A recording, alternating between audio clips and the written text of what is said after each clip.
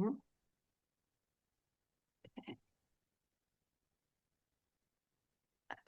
Oh, still joining. So let's maybe 1 minute and we can dive in. Mm-hmm.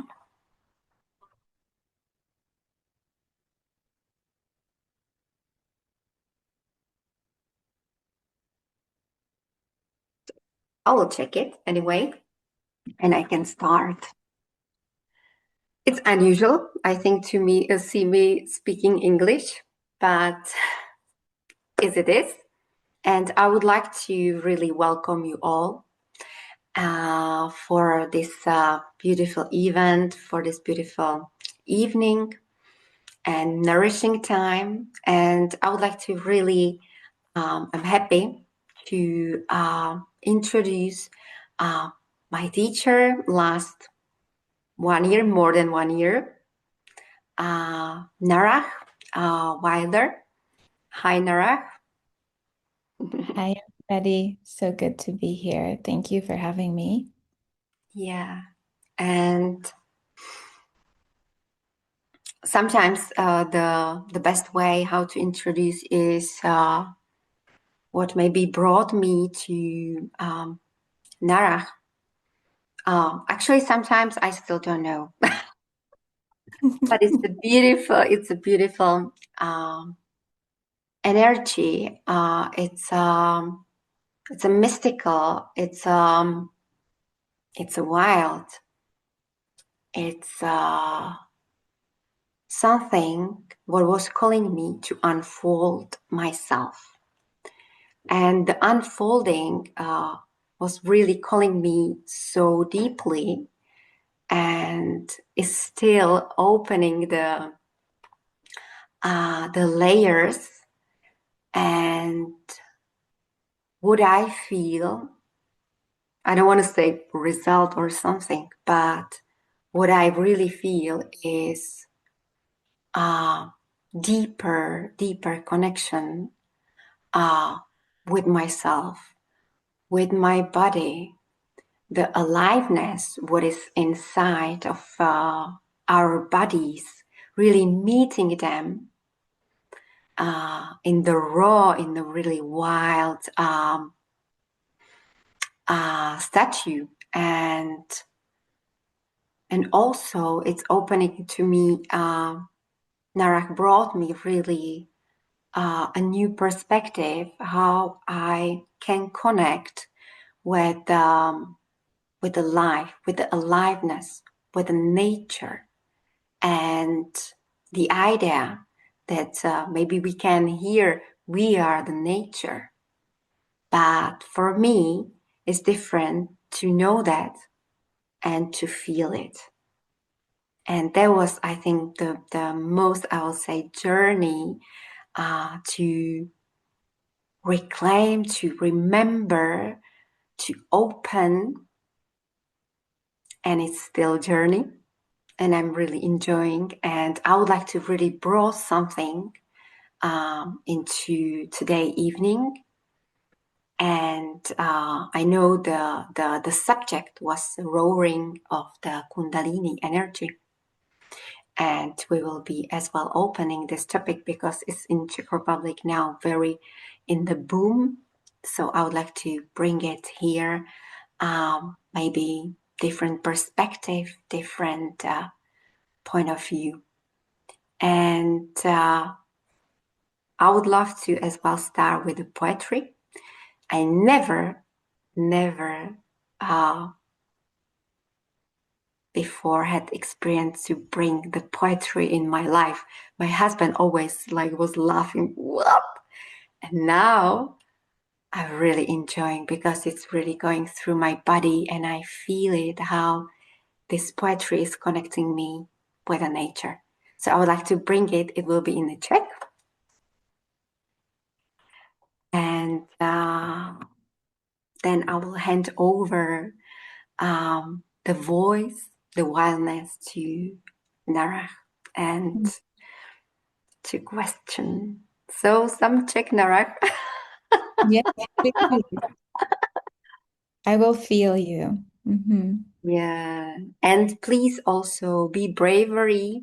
And if you want to really show your face, we will be more happy. Even we like deep waters, black waters.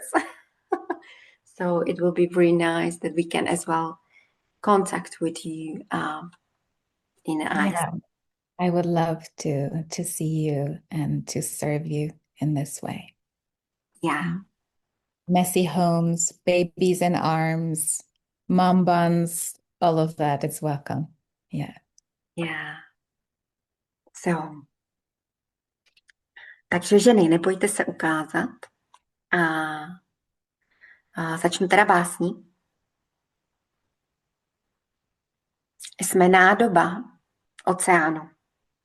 Křehká a propustná. Jako vlna emocí, jako žena vlhká. Dotkni se blíž, pohlaď svou kůži, prociť ten život, co na ní běží. Dotkni se boků, co řeka jako brod tvaruje. Dotkni se pahorku, co svatyni hlídá jako jeskyni a ústa k milování skrytá. Vlaze svůj dech vnímej.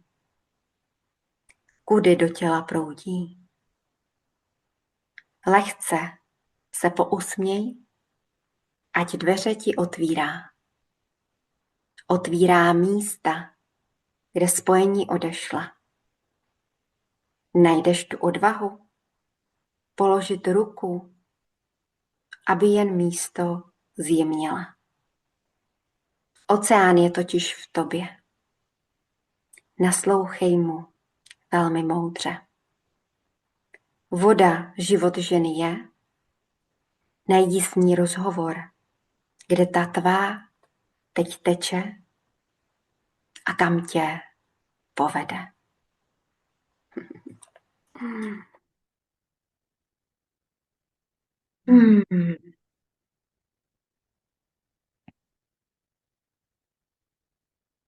So, Narah,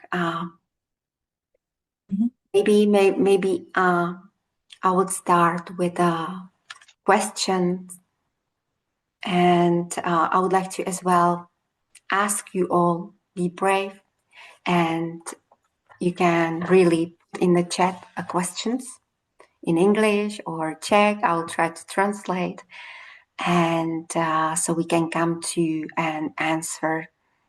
So yeah, it's the space for you guys. You can really, if you have any experience, everything you are curious, I would like to really ask you to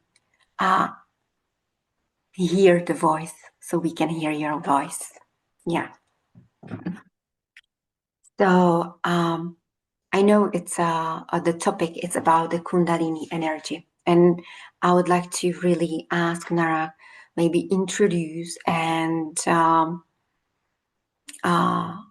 for me how it's marketed from the Western part to our like a culture, how it's extract this energy as a only pleasure and ecstatic states.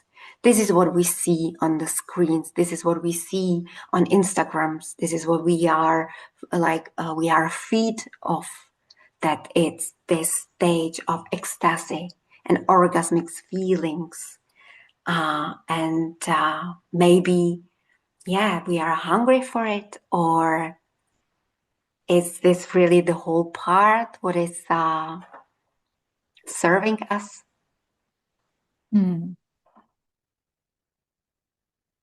Yeah, thank you, first of all, for your poetry, and good evening to everybody here.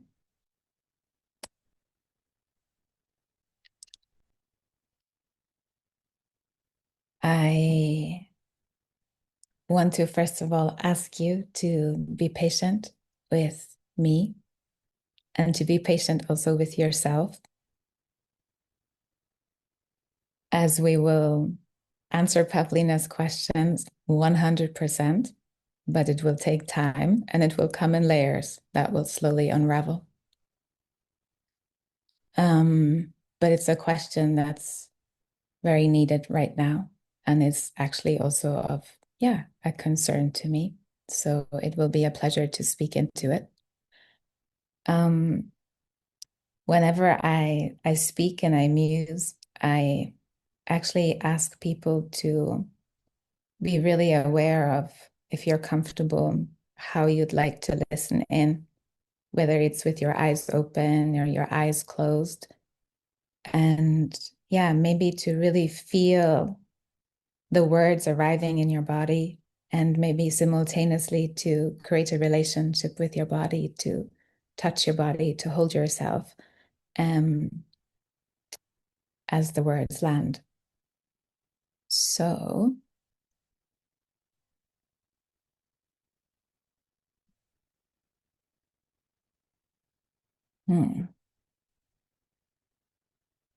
welcome, dear ones. Let us slow down for a moment, down to the tempo of the roots and the soil, and the way the evening air is slowly enfolding us tonight. This isn't really a talk in the usual sense. It's definitely not a lesson or a lecture, but it's more like a weaving and a feeling. Maybe it will also be a remembering for you. It's definitely an offering. And tonight, mostly I will speak into both the infamous and the both dreaded and deeply desired, probably in equal measures, but so often misinterpreted in our modern cultures. She that is the kundalini. And you may have heard this word before. Perhaps it caught your attention somewhere in a yoga studio or in activation spaces that are thick with lures and promises. But I ask you just for a moment to sit down, to put aside everything that you think you know. Because what I'll share with you is definitely not conventional and definitely not the norm. Yet it is grounded, rooted, and ordinary.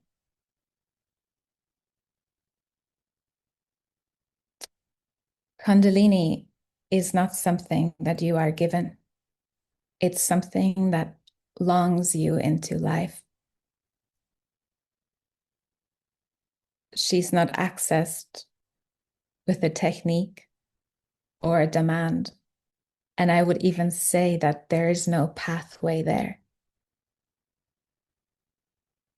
She's not something to attain, to awaken, or to achieve.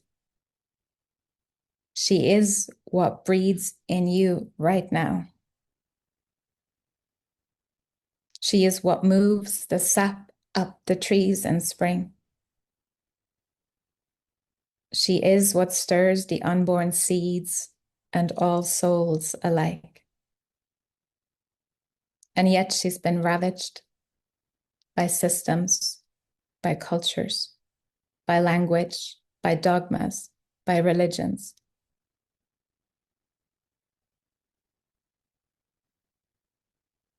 We live in this world where everything is measured, rationalized, explained, where values are determined by visibility, where the unseen is dismissed, and mystery is treated as something to dissolve or deconstruct. And so we grow restless. We grow hungry for mystery, drawn to constant stimulation because we want more, but really because we've lost touch with the deep unknown. but somewhere, some part of us remembers that it is the mystery that made us. So let me ask you gently, write it down if you like. How much in your world still feels mysterious to you?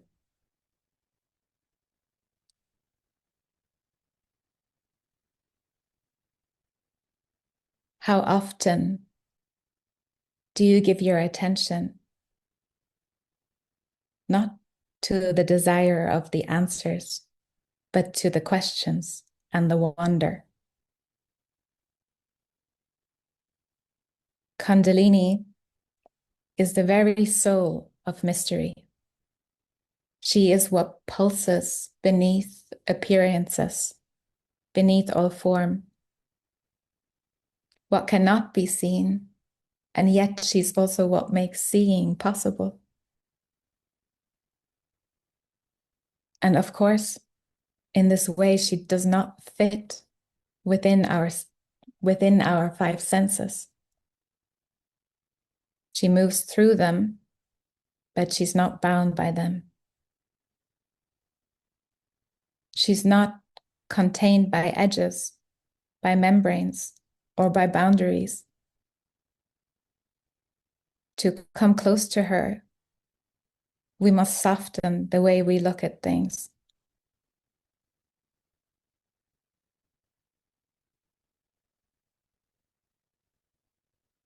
We must widen the way we listen. And we have to let go of the habit of naming everything and open instead to sensation.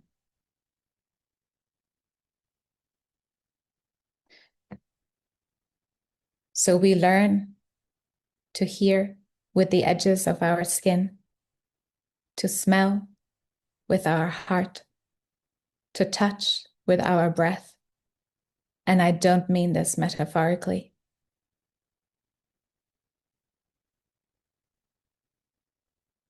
Kundalini is the senses of a soul re-entering its full ecology.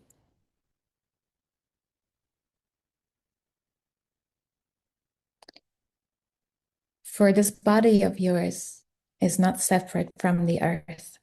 It is the earth, rising to consciousness. And Kundalini, she is the current that carries life through both root and spine. So today, I will not really teach you about her, but I will invite you to remember her. But not by appealing to your mind, but to your wholeness. She's like a lover that cannot be possessed, only courted.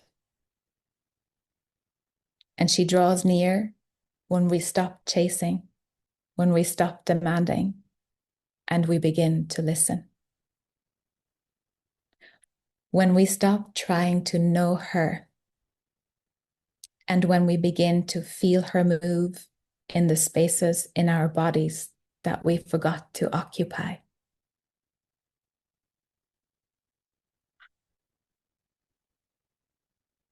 So let us widen ourselves now, open to the backspace, our blind spot, the blind senses, the fertile dark, the feminine ground that holds more than the eye can see.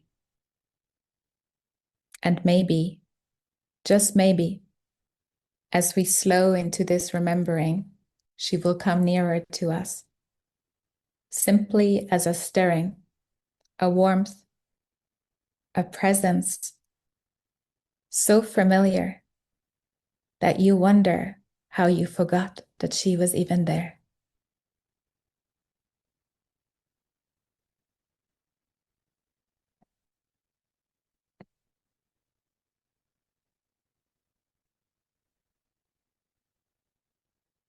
So here's an invitation to come with me right into the mystery and to leave the desire to demystify anything behind for now.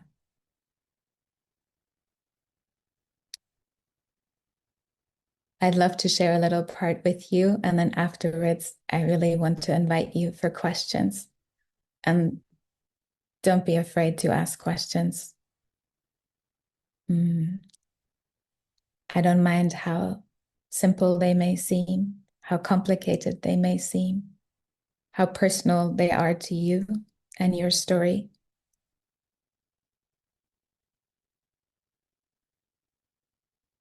And maybe you want to squeeze a little bit more logic out of me. That's welcome too. I'll try my best.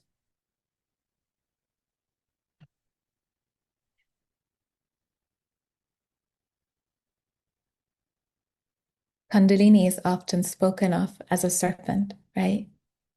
Coiled at the base of our spine and dormant until awakened. That's the norm. But go back a little bit, and in the old ways, she was never just a creature.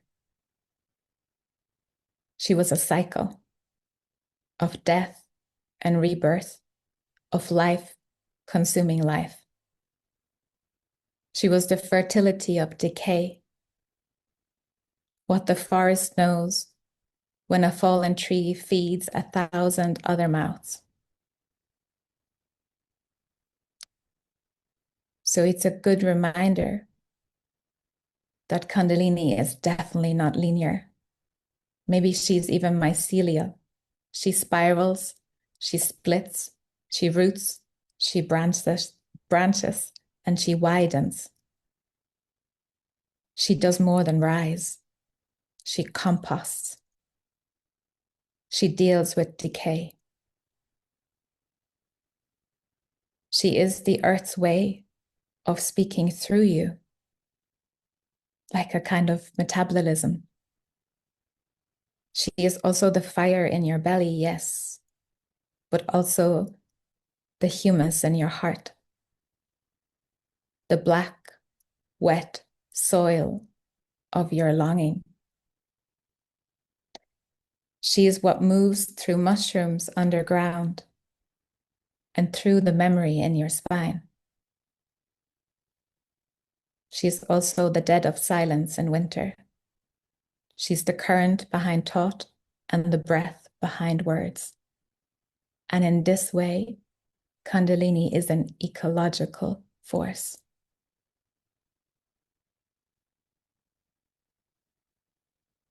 And not something that we activate, but something that we return to. A bit like when we begin to listen to the forest, or when we slow down enough to feel the earth thinking through us.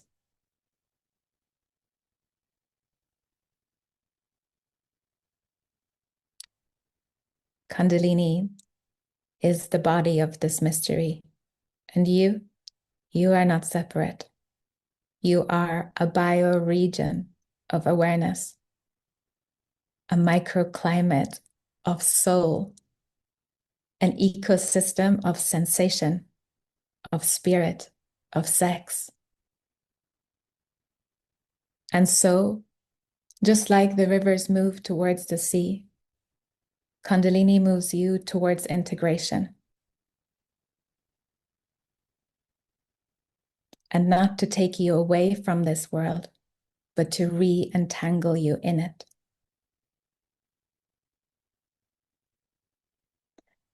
I would say that when she rises in you, she's not special or foreign. It's the same intelligence that tells geese when to fly. It's the same intelligence that moves tides by moonlight. And the same intelligence that opens a blossom without a sound.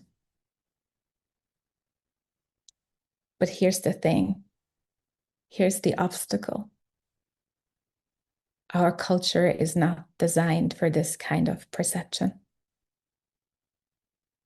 We are taught to isolate, to extract, to measure, to use energy, to own it. even spiritual energy becomes a currency, something to raise, to channel, to master, to transmit. But the forest teaches otherwise. Nothing is owned and everything is offered. Kundalini is not really yours. Are you hers? You definitely belong to each other. And she won't awaken because you command her or demand her. She comes actually when the ground of your being is soft enough to hold her.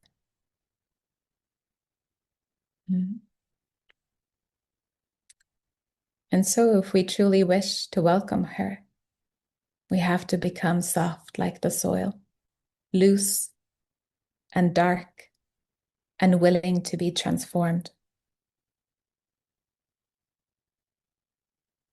We must learn to trust the process that looks like loss, that sometimes feels like falling. The process that asks us to rot a little, to let go of who we thought we were, so that something wilder can take root. This is how the forests thrive, through death, through decay, through a deep collaboration. Kundalini too is collaborative. It's not really a solo path like we're taught. She belongs to the whole of you, to your grief, to your gut, to your joy, to your shadow.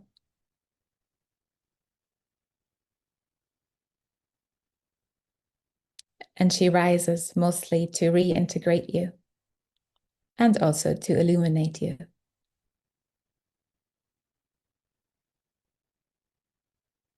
And in this, I think she echoes the earth herself. Not just light, but wholeness. Not just purity, but aliveness. I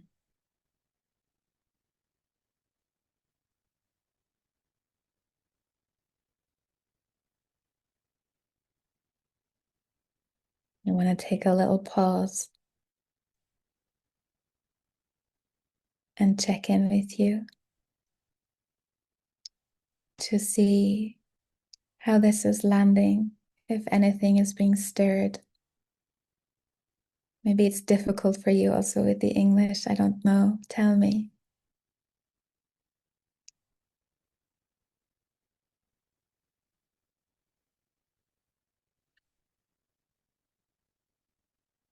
Does it feel familiar anywhere? Or is it all new? Yeah. Thank you, Yana.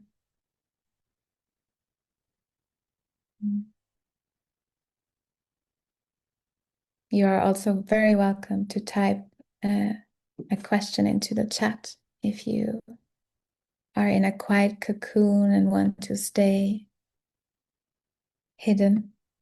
I'm happy to answer any questions that come through to the chat as well. Yeah. We have answers. I felt it. English is fine. Thank you. It was beautiful, truly touching.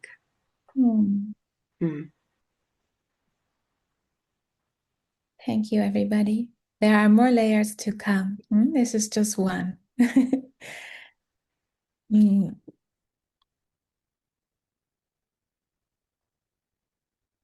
Yeah.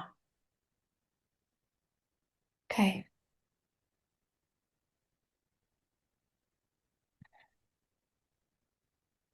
And I have a question. Yeah, of course. There is I will be interested to know your opinion or experience with Kundalini yoga. Thank you.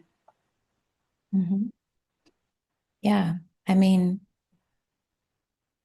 I never speak in absolutes in any way. So I feel there are many ways to walk. And although I personally appreciate many elements of Kundalini yoga, and I don't have any reservations about it, yet it's a very, what I would call quite a masculine pathway to journey with. And I think that what most of us need right now is to become more familiar with the other pathway, which is the feminine pathway, which is like a more, it will come also in the next layer about the dark feminine waters, the uncertainty, the unknown, the spontaneity, the surrender, the letting go.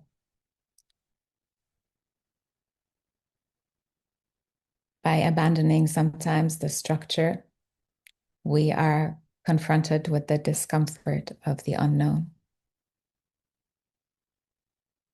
And there's much medicine to be experienced there.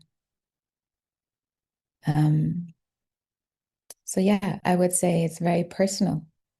If you feel like, you know, in your life, it's a lot of chaos and you're constantly falling apart and you're okay with that too, then it could be maybe a very good thing for you to explore and nourish in your life, because it provides a little bit of structure and discipline. And that's not a bad thing. It's just that it's all about the balance, right?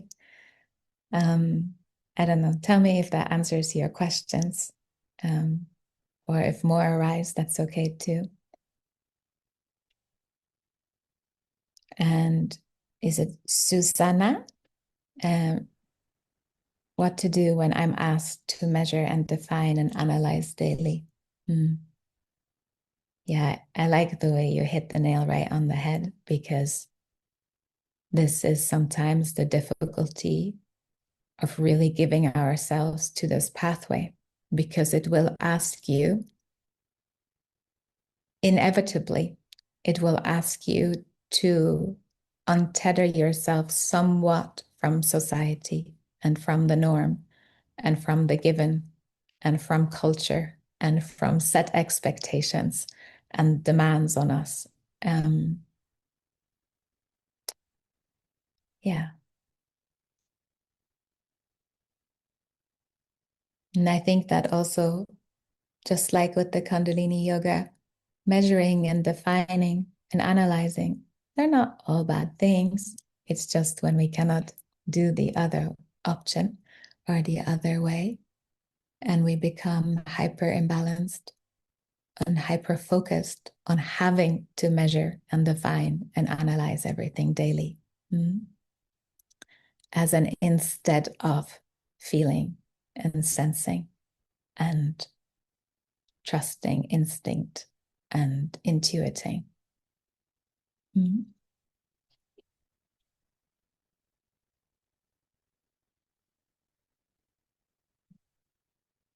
So I will continue, but if anything arises, we can make it a conversation rather than a one-time question only. So yeah, keep coming back if you need more.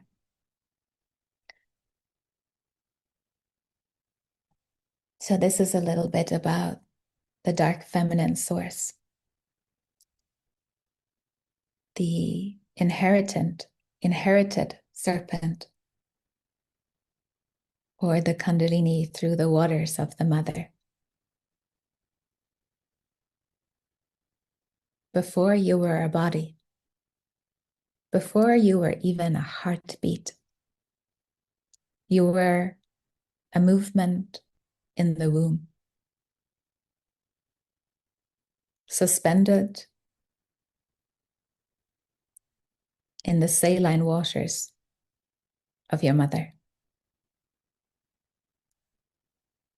Who was it that chose this life for you? Was it Kundalini,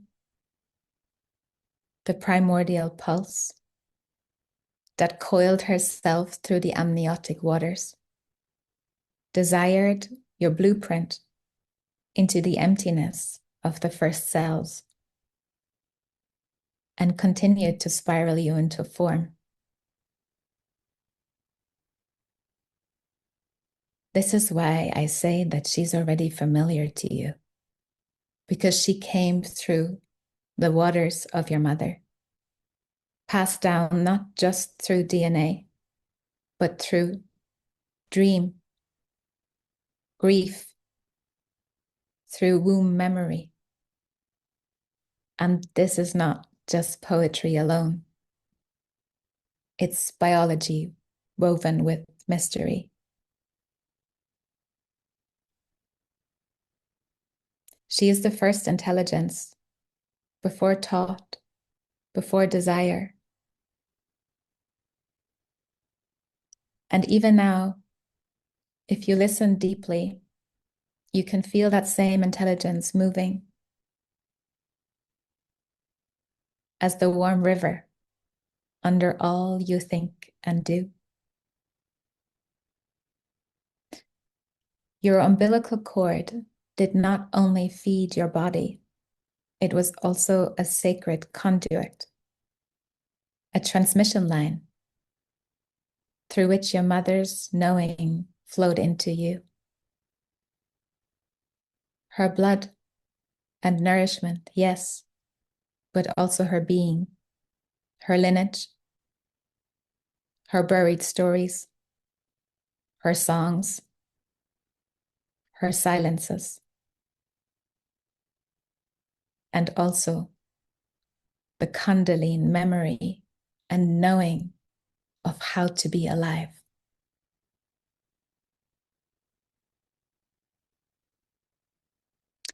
Kundalini first came to you through those dark feminine waters, those liminal tides that pulse and speak in feeling.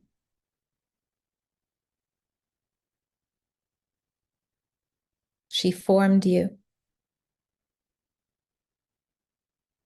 You were shaped in her image, coiled and opening, fluid and fierce. And there's something tender to remember here, because for a brief while after you were born, after you emerged from this watery world, you still knew her. And you can see this in newborns, how they move their tiny hands in mudras, ancient gestures, now unlearned, but then exact. The moms of you here will know, and the little ones, yeah. But in time, that memory does fade. Language comes, schooling comes, systems of belief that teach the child to trust only the visible, the measurable, to name instead of feel, to obey instead of sense.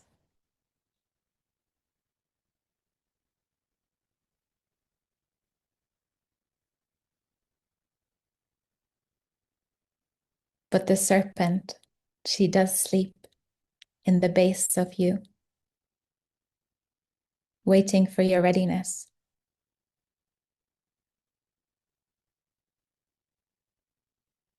She is the reason you breathe.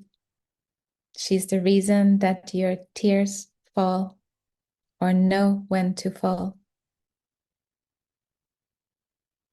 The reason grief moves through you like weather, or sometimes laughter that erupts without a thought. She's not something else.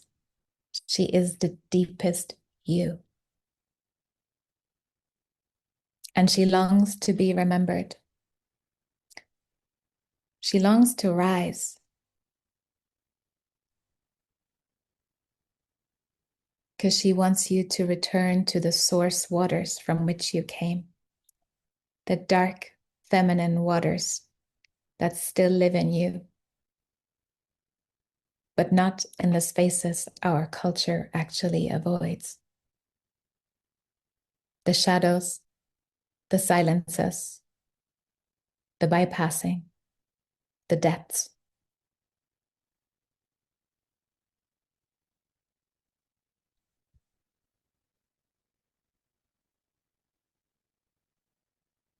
I think it's the biggest distortion that I sense is that we desire often the kundalini for its pleasure, the ecstasy, the joy, the delirium, the delight.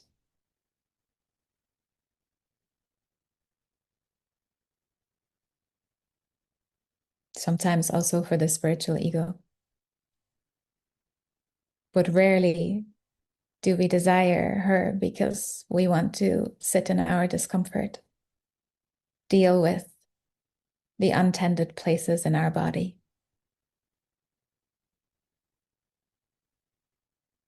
the shadowy, sticky parts that we haven't dared to venture yet.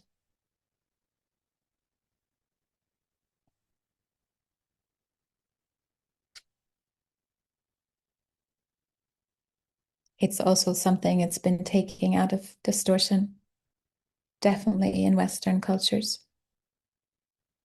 We want to like cherry pick, like just the ecstasy. Oh, I have the pleasurable part, but without going to all the difficult places. To return my body, I would say not even to purity or to purify, but to return it to wholeness.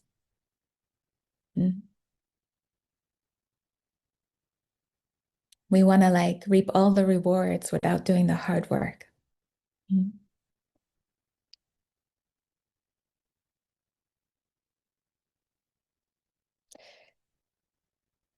Christina, thank you. Your answer resonates a lot. One more question. What about CAP, Kundalini activation process? It is very popular in Europe at the moment, and random people claim to be able to awaken your Kundalini by performing weird movements on you.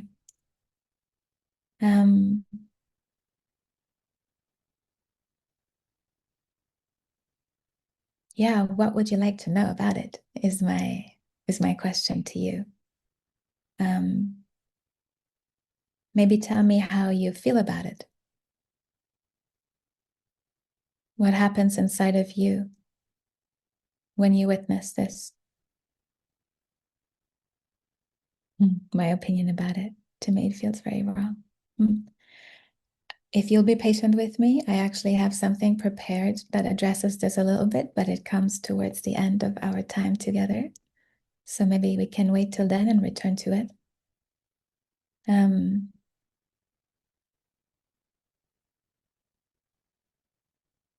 Yeah. Thank you for your patience.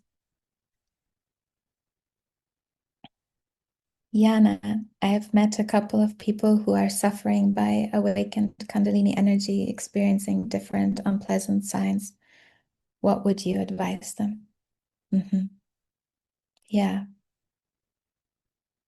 I mean, it's like the experiences potentially are so enormous, and it's such a lengthy conversation, but I can for sure share a couple of tendrils and trust that they'll inspire you or, yeah, serve you.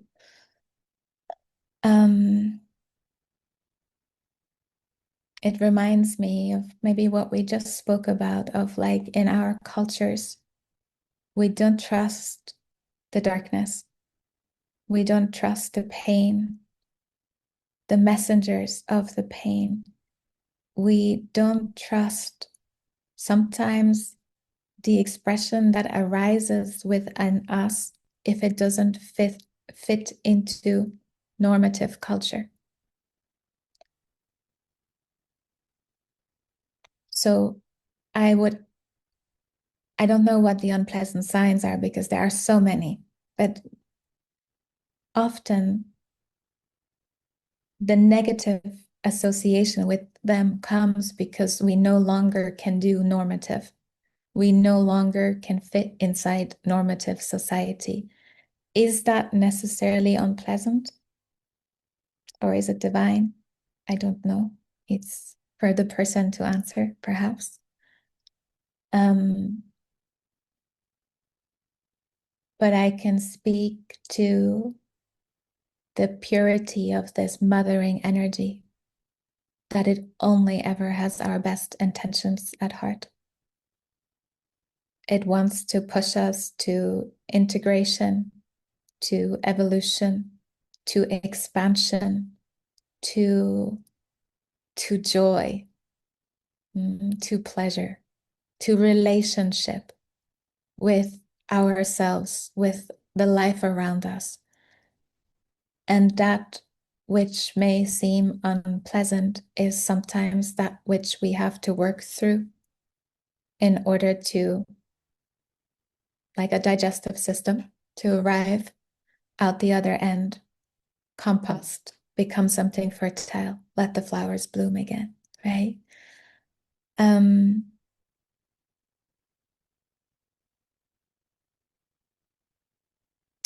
And mostly, for the most part, I just want to, I'm aware that maybe you don't also fully know the extent of my work. I do work very intensely with people who are experiencing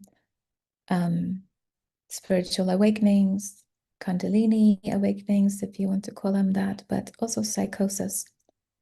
And that's a whole nother conversation, but sometimes tied together.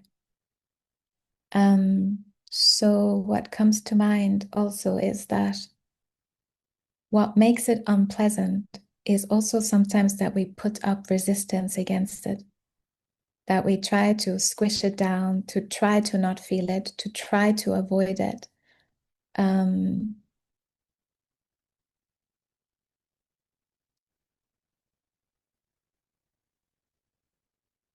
That resistance in itself creates so much tension in the body.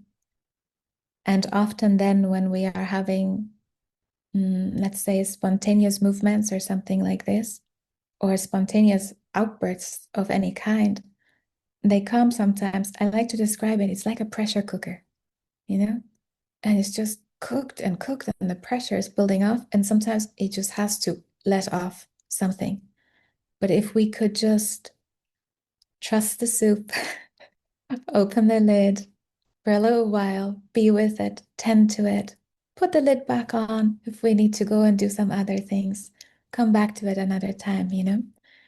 Like to titrate it. And I suppose mostly what creates the resistance is the fear, not trusting and the fear. And this is really what I'm trying to really address today, actually, is to come back to that, to trusting the darkness, the loss, the pain, the difficult, the I don't know who I am anymore. I don't fit within my society. I don't fit within my relationships. Mm?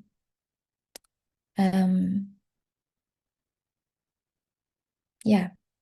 So, Yana, I would probably recommend that they definitely seek someone that they trust, that they can journey with, that can hold them, that can guide them. But also, yeah, simply to not be afraid to really lean in to, like, when you get to those bodily experiences, instead of contracting, you like open your heart right to them and see what happens. See if it changes the experience for them. Soften your breath, soften your body, trust the flow. Yeah, come back to me if you need more.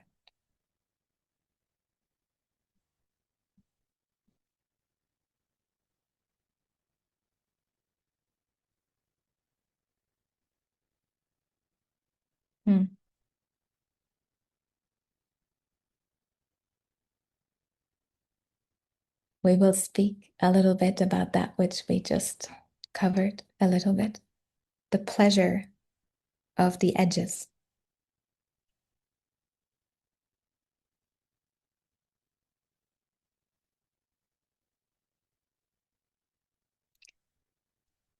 You were not born clean.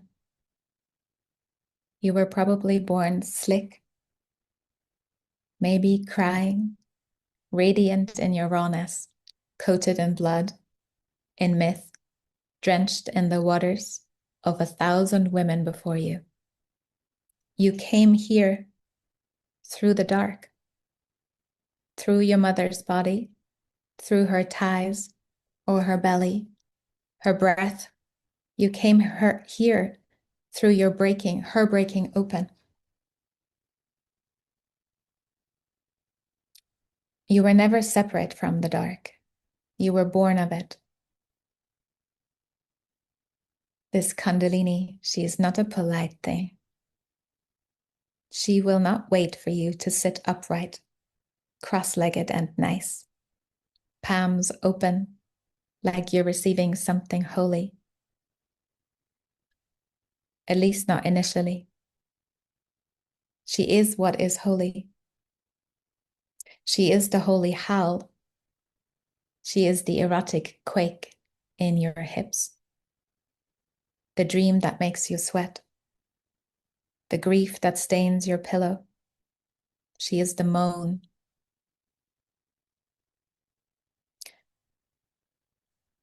And she doesn't rise when you decide you are ready.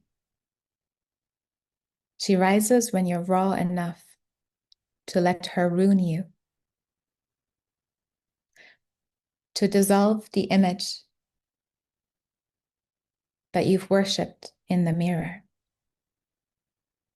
and to replace it with something wilder, something truer, something moist with memory and mystery. I think over history, over time, we've been conditioned to think of purity, that it's the absence of filth, that it means light, that it means chastity, that it means transcendence, that it means enlightenment. But I think purity is wholeness.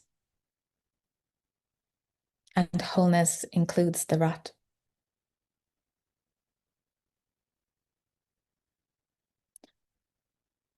Wholeness is not just a sunbeam. Wholeness is the forest floor, swallowing its own death and growing mushrooms from the bones. And you? I don't think you've come here to be good. I think you've come here to be whole. To let the soft animal of your body feel it all. The madness, the lust, the untamable ache. To belong to something that does fit in truth. And here's probably what I get asked about the most. That there's pleasure and there's ecstasy in meeting the parts of you that have been exiled. Pleasure in curling up with your shadow and licking honey from its hands. There's pleasure in the unbeautiful cry, in the sweat, the stink, and the sudden gasp of surrendering. When you let go of holding it all together. There's orgasmia in the mess of falling apart.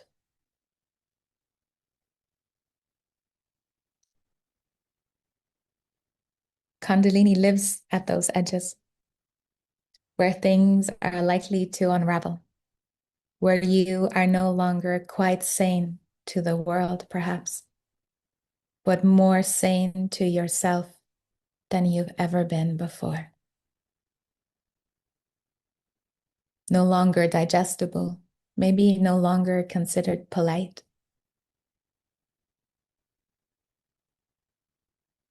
I think that Kundalini lives in those spaces where you can say, I don't know who I am anymore. And some parts of you moan in relief.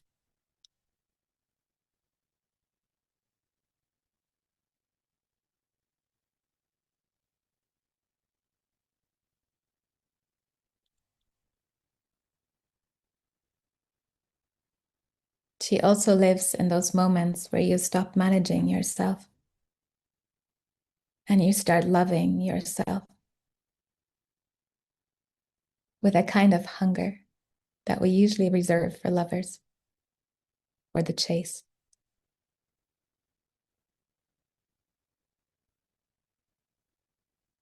Kundalini doesn't want your perfection. She wants you in heat. She wants your mess. She wants your ties open to the sky. And your voice unashamed. And your rage just as sacred as your prayer. And oh, how the world will tell you that this is chaos. But just maybe it's the original order.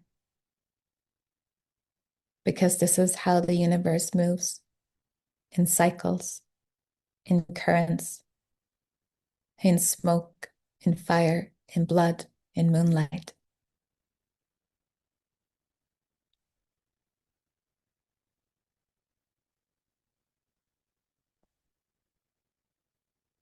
And this is what you came from. This is still what you are. Let it unmake you.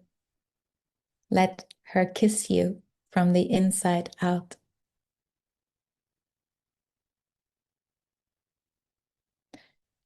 Let her touch the place between your hips and your howling. Let her teach you that dark is not the opposite of light. It is the lover of it.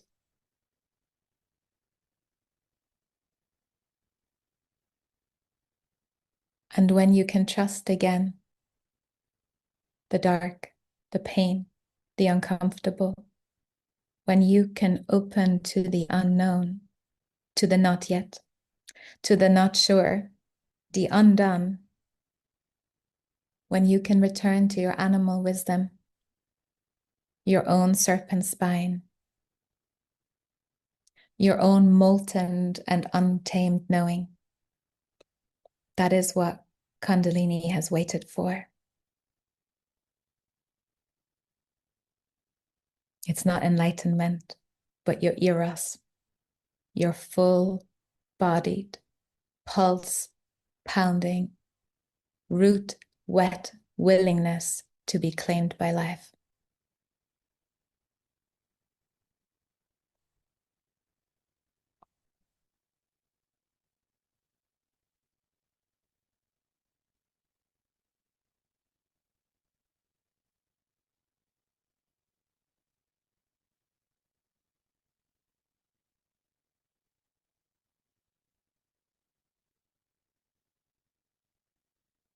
Mm.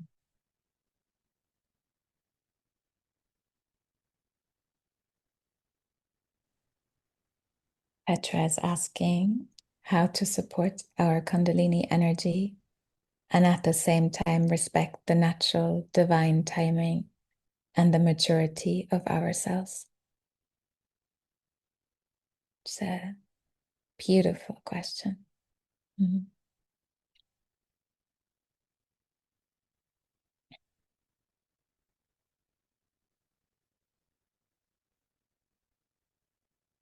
Mm-hmm.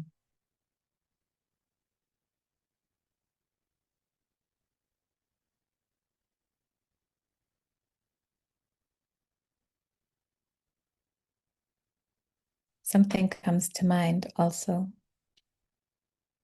around age.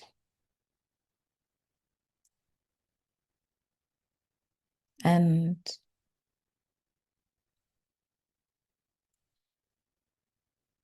I do think, I'm not sure if it's dictated by culture, but however, in this moment we live in, I do think that sometimes we're actually not ready till a midpoint in our lives.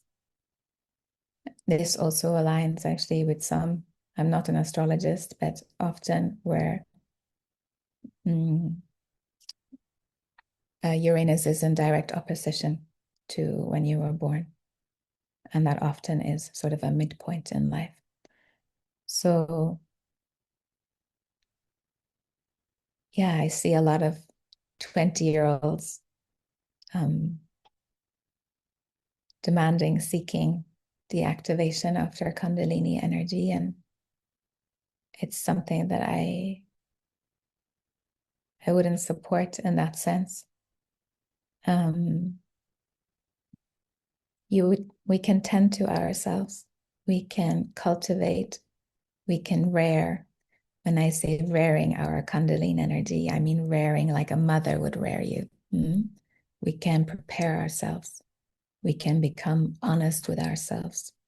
We can reclaim the sensation, the abandoned parts of ourselves in our body. And what many of us, we also like to speak, I think, in quite a segregated way. We all can, with care and with devotion and honesty and humility, we can all experience kundalini arousal very quickly.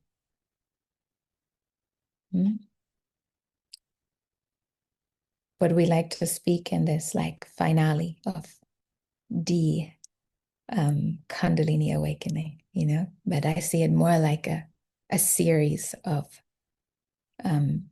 mini expansions. Of course, there are some exceptions.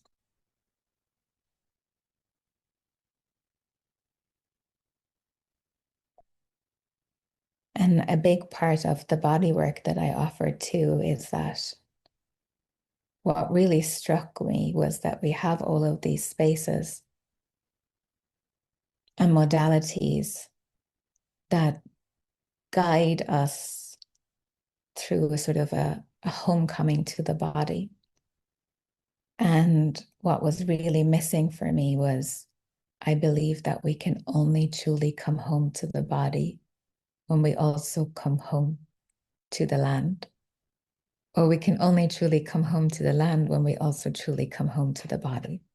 That they're so intertwined, they're interdependent, they're interrelated. Even from a scientific point of view, there are endless studies and information to support this too. Just one simple example. I'll give you two.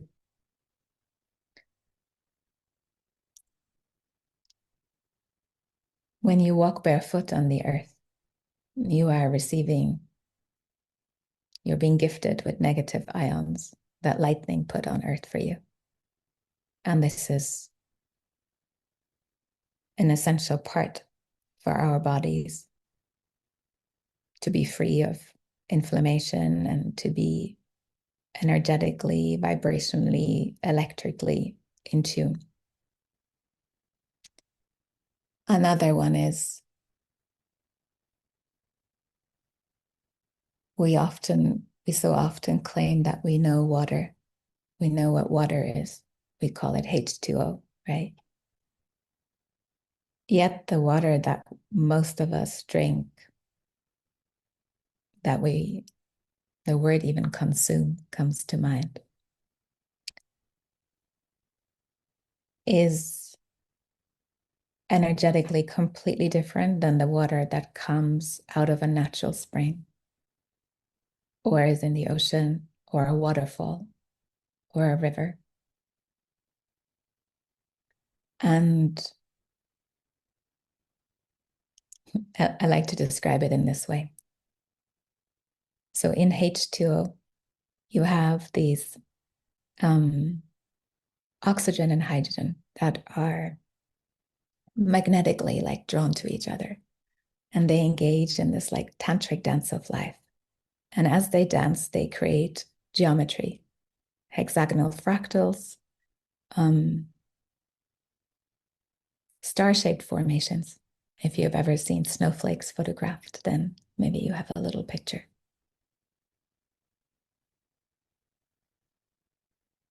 This is how life is created. But in H2O, the water has been stagnant for too long. It's been polluted. And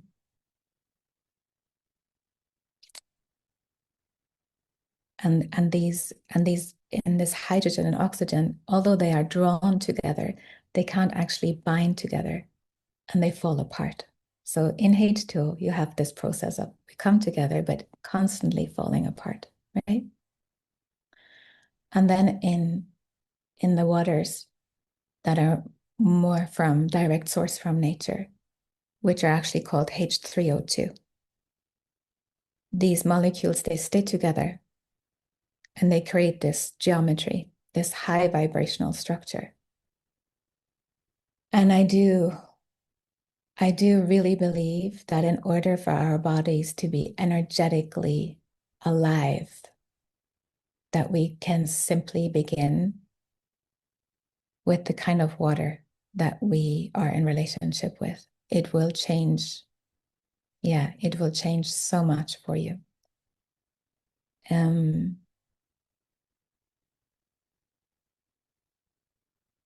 So yeah, earthen relationships is something that is left out of the nourishment or the tending to our pathway in Kundalini. But I think both from an ecological, spiritual, but also scientific is so, so important and such a big part of it.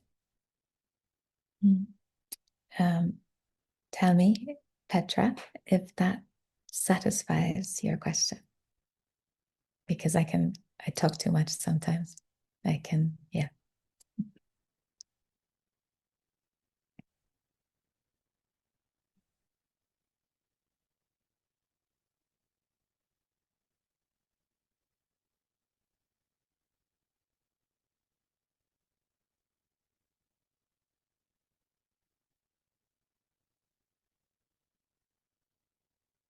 Okay.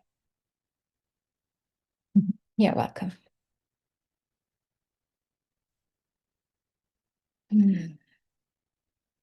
Maybe on that note of water, close your eyes for a moment if they're not already closed. And imagine yourself not as this solid, skeletal, concrete mass of flesh, of bone, of blood, but as a being composed of 99.92% water on a molecular level. Just like most of the Earth's surface.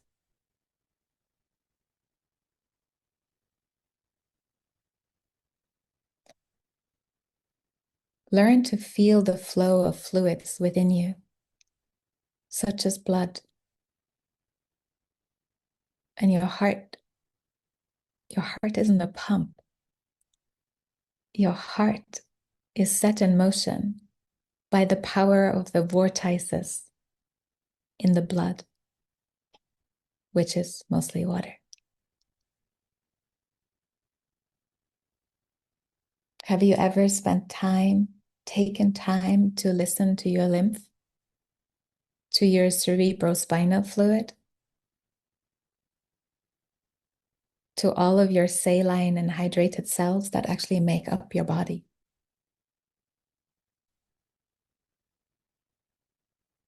Have you spent time with your fascia, your connective tissue that surrounds and supports all of you, which I think is still 80% water?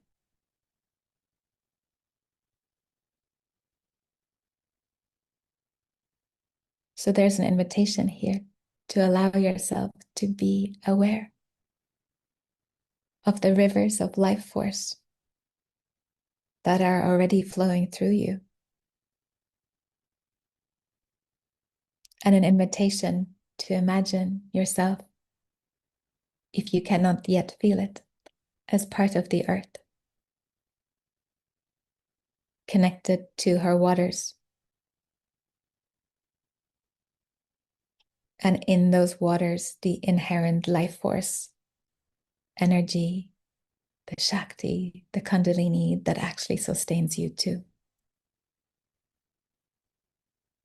Our eros and our aliveness is so closely tied to the vibrational structures of the water within our bodies. When somebody comes to me for our session, we begin with H3O2. We begin with water each and every time. All right.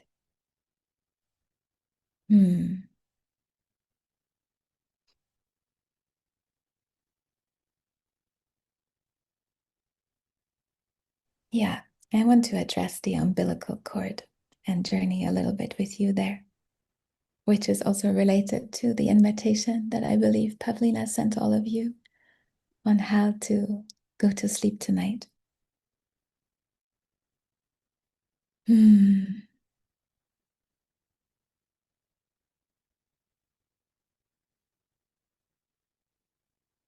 Beneath all that is visible, beneath the visible world, for some of us, beneath the cities and all its signals, beneath the crust of everything that we call real, there is a wet labyrinth, a sacred beneath. It is not necessarily a void, but it is a womb. It's alive and breathing and ancient. And it is here that I think the dark feminine waters gather us, not to overwhelm us, not to drown us, but to gestate us, to ready us, to ripen us. Kundalini belongs there. She rises because the dark part of her has done its work, because the seed has split, because the hunger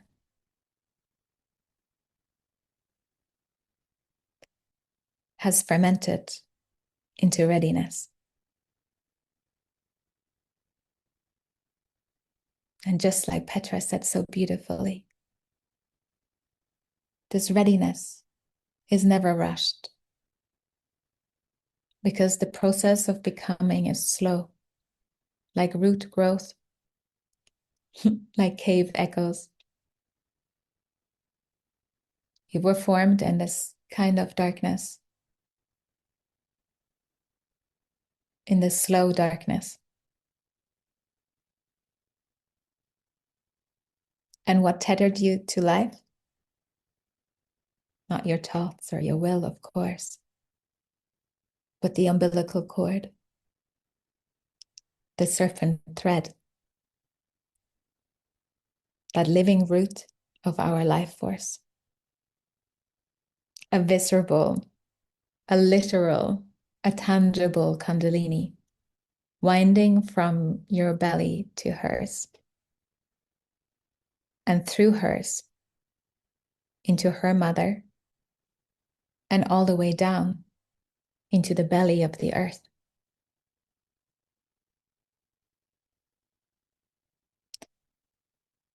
This cord was your first channel of nourishment, but also your first channel of trust, of breathless trust. And it is not gone. You may have had the cord cut from your mother's and your own body, but you have never been severed from the earth and mother. The earth still holds this cord and winds it downwards to her.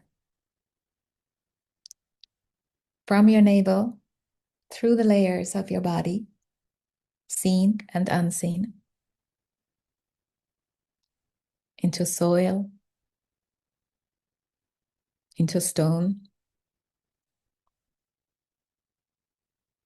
into the molten volcanic rhythms of her womb. She feeds you still. Her waters rise in your blood. Her darkness still hums in your hips right now. And her slow gestation is your becoming. And maybe that's the unpleasant part that Jana mentioned earlier, is that this is not a straight path.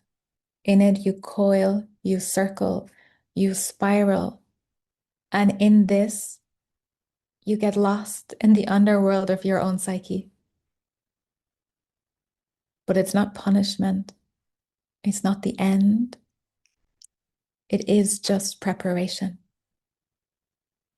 And you must get lost. You must let go. We must get lost in order to be found, right?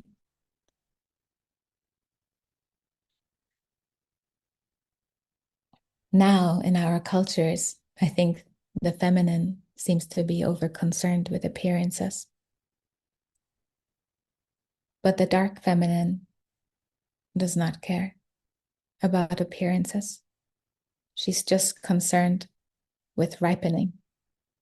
And ripening requires time. Sometimes it requires heat or pressure. Sometimes it's the silence that does the ripening, the silence between the contractions, the holy confusion, the ache, the swamp, the long hours in the belly of not knowing something. We want to ask her, when will you rise? When do I get to meet you? I think if she had a voice, she would say something like, when your root is deep enough to hold the light, and when you begin to trust me again.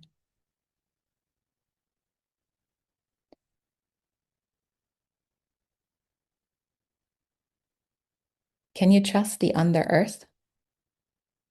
The gestational ache, the unbearing heat that builds when you're confronted with something uncomfortable?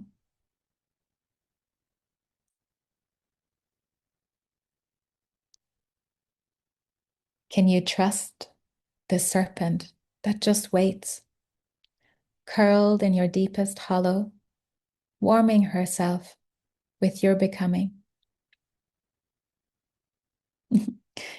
I think that the umbilical cord was never just biological. I think it was the original channel of kundalini. And you're still tethered. And you're still fed. And that which readied you once readies you still. So remind yourself of this when you feel stuck, when you feel stagnant, when nothing feels like it's moving, when you feel trapped in your shadow. You're not failing. You're not doomed. You are just gestating. The earth is still holding your cord, probably still sending molten lullabies up your spine, still filling your pelvis with serpentine intelligence. And when you're ready, when your body can hold it, when your soul is ripe, you will expand. But not to escape the dark, but to rise carrying it. Carrying the womb, the mud, the aches, we'll bring it with us as a gift, as a power, as a holy memory of what grew us into life.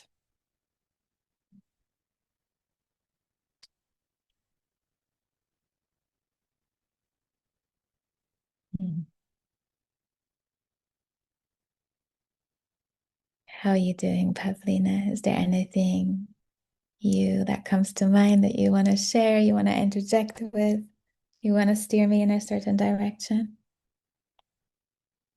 Yeah. I'm aware now. There is like a question. I see like Oh, yeah. yeah. What about killing, not supporting mother? How to come to terms with, or jump directly to earth connection? And I think then we can move on the body work and the feminine way. Yeah. What do you mean by killing, not supporting mother? Can you help me clarify that?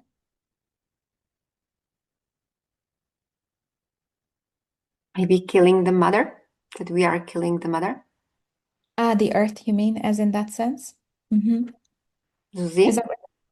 Yeah, tell me, Susanna. I want to make sure I'm understanding you correctly and that nothing is getting lost in translation.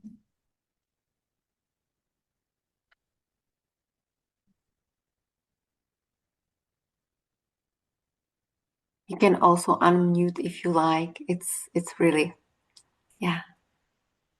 Mother wanting to kill the child. You mean like feeling hatred towards your child?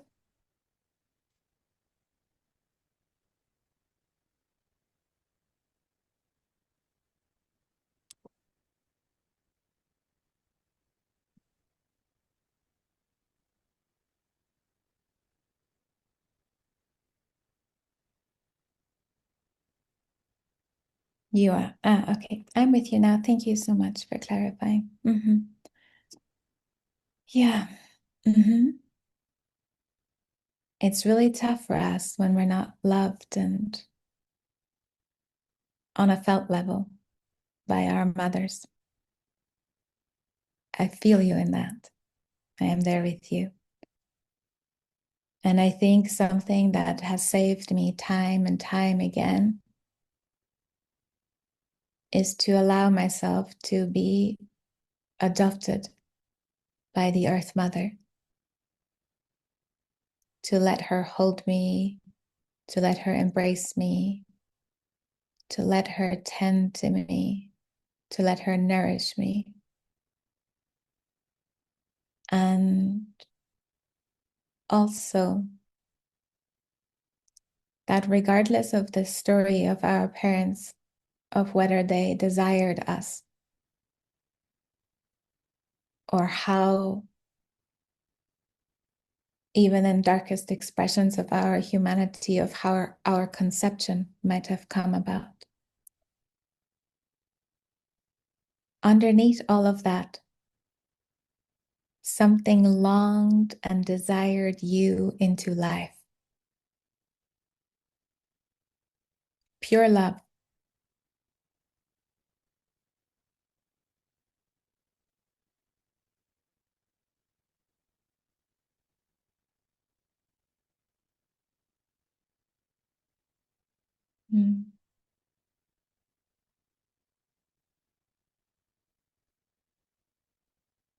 It's like the overarching mother desires you, wants to nourish you, wants to hold you, wants to care for you.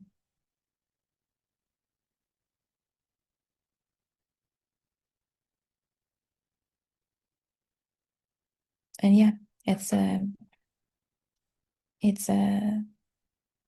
feel the intensity and the tenderness of your journey. And I hope that you are well supported, well resourced. And yeah, if you want to reach out to me afterwards, you are very welcome to do so if there's anything I can do for you. Yeah. Tell me about your question, Pavlina, because I've forgotten it. Yeah. You want to talk about the eras? Was that it? Wow. No, no, no. I would like to. Well, I know Eros, I love it. But anyway,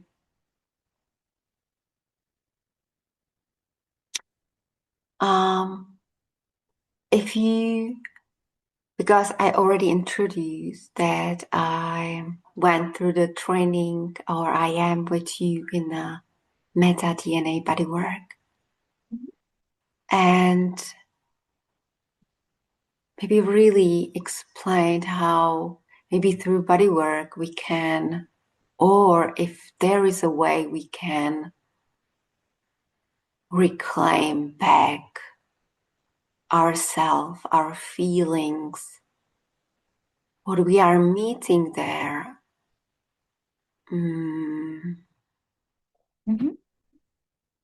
And also I want to add, which I love, how you're saying about the body, it's that you are with the landscape, with the rocks, you are with the waters, meeting there. And if we can meet as well there, Yeah. feel it. Yeah.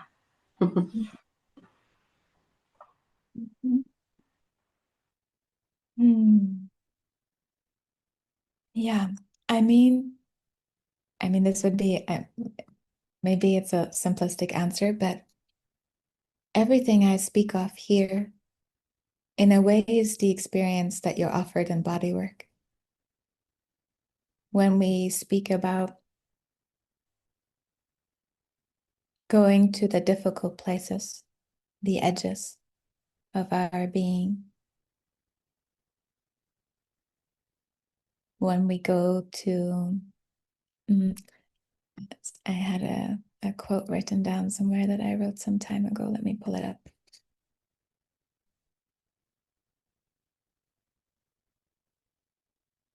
There. It's something I used to say to my clients because we get so focused on, they come and they're like, I'm constricted, I'm tight, I'm stuck, I'm blocked, I am all of these words. The ones I have listed here are the ones I hear the most are stuckness, tightness, constriction, contraction, congestion, compulsion, compression, binding, choking. And it dawned on me one day that these are all words for imprisoned pleasure, or imprisoned joy, or imprisoned lightness of being, if you want to call it that. So in a way, that's what we meet in bodywork. And of course, it's not just a stuckness or a tightness. It's mythic. It has a story. It has depth. It has a lot of emotion. But everything there, everything that shows itself or wants to try to hide itself, is on a primal level actually seeking resolution. It wants to work with us. It wants to be seen. It wants to be loved. It wants to be peaceful. And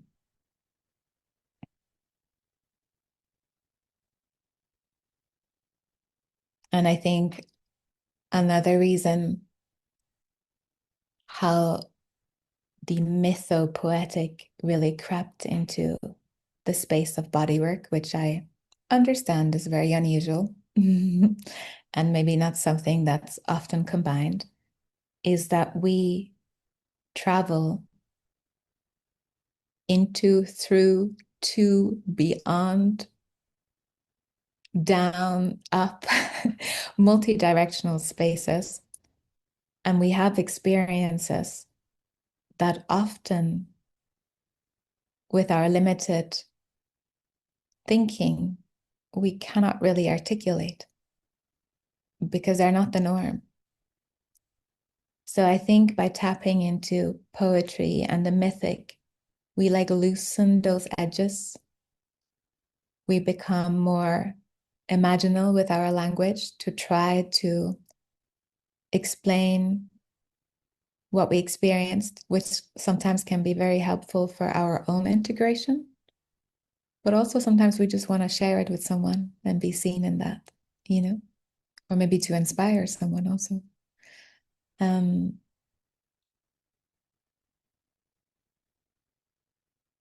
yeah, the mythopoetic really helps me to give words to sometimes an experience that is so large, has so many multitudes, but also actually sometimes happened before we even had words.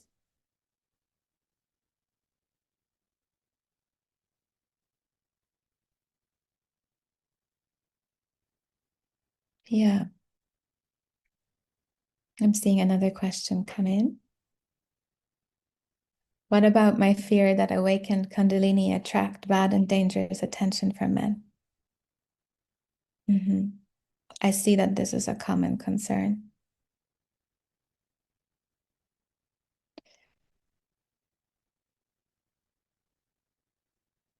Mm. Mm.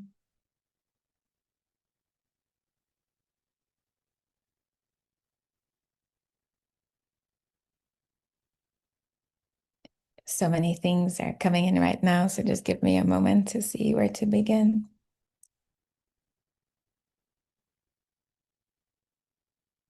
First of all, I think in order to empower you, it's beautiful to think of it that when your energy is expanded, you have much more sensing capacity than you had before. In the immature stages, yes, we will make some mistakes. We will learn some hard lessons. And I believe it also continues that we will learn from harder experiences. I think it's something that's sold to us, right? In the spiritual industry, that when we have obtained a certain level, a certain energy, a status, an experience, that actually everything will just flow beautifully. We'll meet the man, we'll have the most beautiful relationship, we won't have any financial problems, all of these things, right? And it doesn't really sit with me. I think that life is still going to throw shit at you, but you'll be more resilient and more truer to yourself. It won't feel as bad because you are more resourced and more knowing of like what is for, in a way, I suppose, what belongs to you. Like, where is it where I can tap into my humility and see where I've made a mistake, in order to respond in the future for my growth? Or where is it actually where I just need to take a step back and leave people's experiences with them too? So yeah, I think shit will always hit the fan, but it won't feel so bad when you really stand in your truth. And I do think that it's mostly in the immature stages of maybe having quite an activated kundalini energy flowing through us, but not really yet having this really deep and meaningful relationship with it. That's maybe a stage when you might get a lot of attention that might be more not welcome or exploitative or so on. because they can also see this, feel it. They probably can't articulate it, but they, on an energetic level, they can feel the incoherence in you.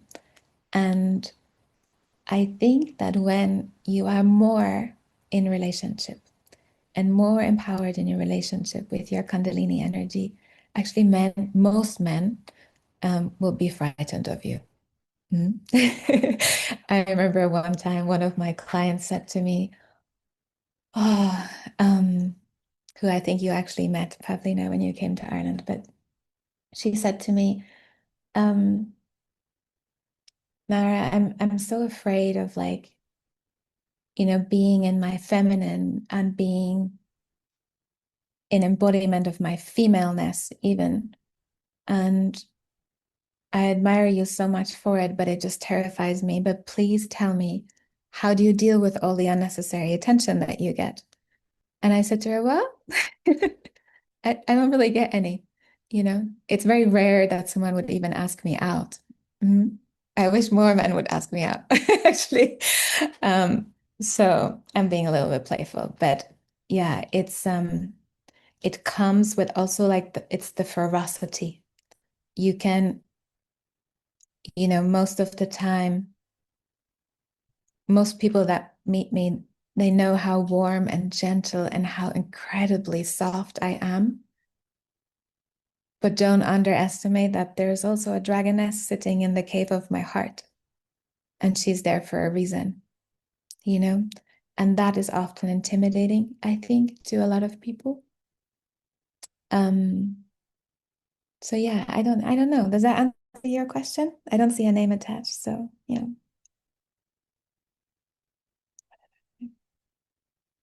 Yeah.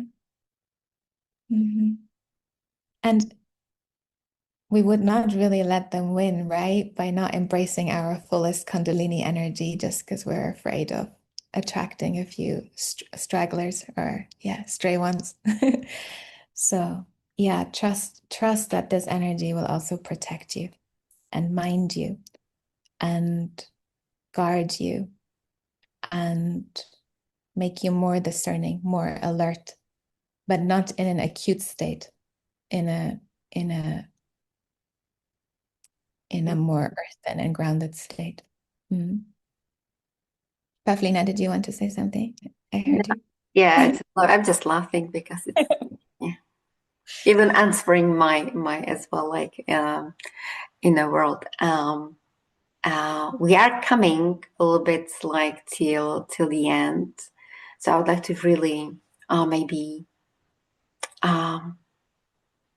to say or explain how the body work can really support us. And I still feel it's a really feminine way of approaching our bodies. And maybe as well we can touch a little bit. Maybe the question was about the KAP activation. Yeah. The approach to our bodies. Maybe feel the approach, how we are touched, in which spaces, how the space look like, and if it's warm and really mothered, or it's just the exhibition of movement and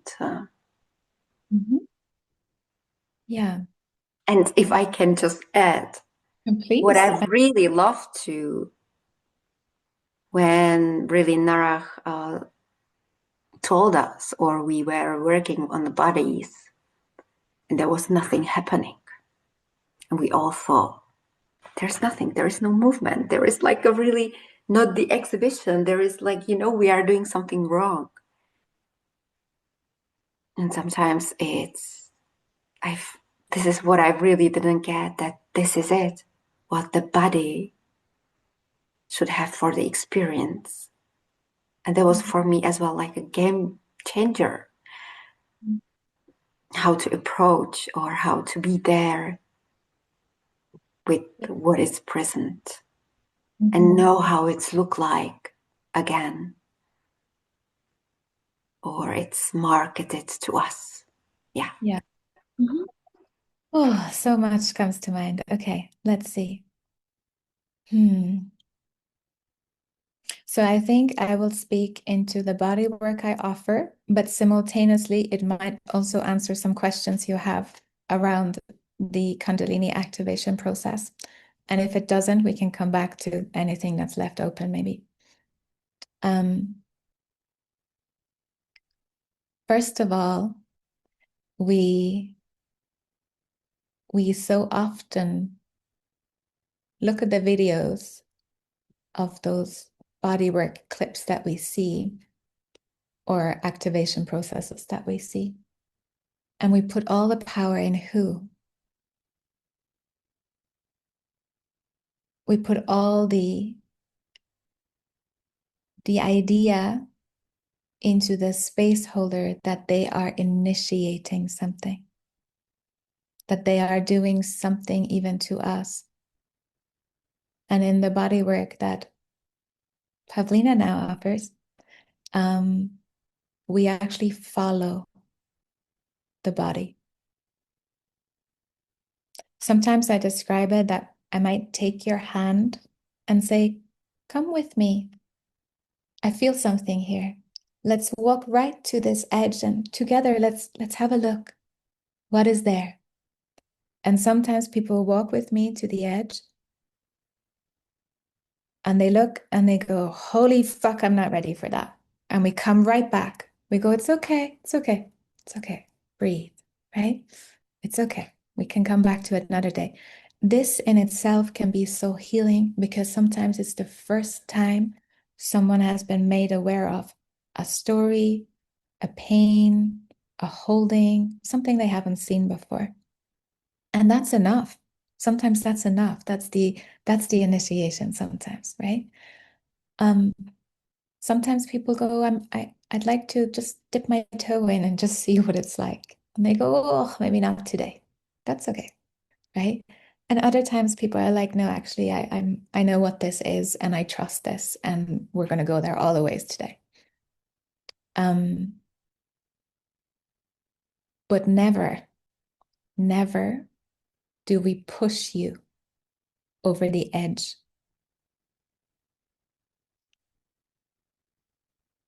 And what happens here, sometimes it's a distortion. Sometimes we associate being pushed over our own edges as a state of surrender. But that isn't surrender, that's dominance.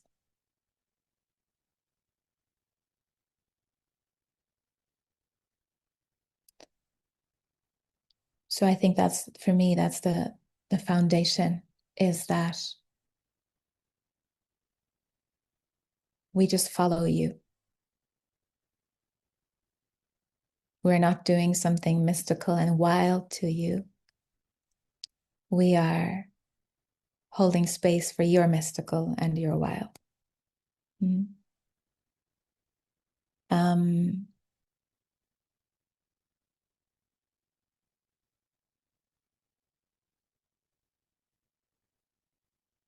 And actually, often when, I don't know if you are familiar with the work and you've seen some of Pavlina's clips or some of my own, but one of the questions I get the most is like, Narah, I don't understand what's happening. It looks so painful 1 minute, and the next minute, it looks like they're having an orgasm. Can you please tell me what's happening, right? And I love those moments. I have such deep reverence for them because it really reunites our faith in all that we discussed earlier, in the dark, in the uncomfortable, in the painful. So a few different ways to describe it is sometimes when we've buried something for so long, that creates like a density in the body, like it's a weight on us. It's like it's like a a bag of flour or dog food or something weighty that we carry, right? It's just constantly there. One of my teachers actually calls this like psychic weight, which I think is quite a good description. And the psychic weight is anchored to our stories. And when people sometimes come to the session and they look at those anchors and they look at those stories, it can be so painful. Sometimes it can be also some physical pain, but mostly it's like emotional pain, right? Spiritual pain also. And when we look, when we are willing to be there open-hearted, soft-bodied, trustingly, sometimes it just takes a few seconds to actually find resolution. We don't need to stay there for a long time. It can happen quite quickly. And what happens then is that we feel a lightness because the density is gone, right? So sometimes people say to me in sessions, Narah, I think I was levitating. And rest assured, there's always still a butt or something on the floor in my body work. But I don't care about the physicality. What I care about is that they felt so light that they were floating.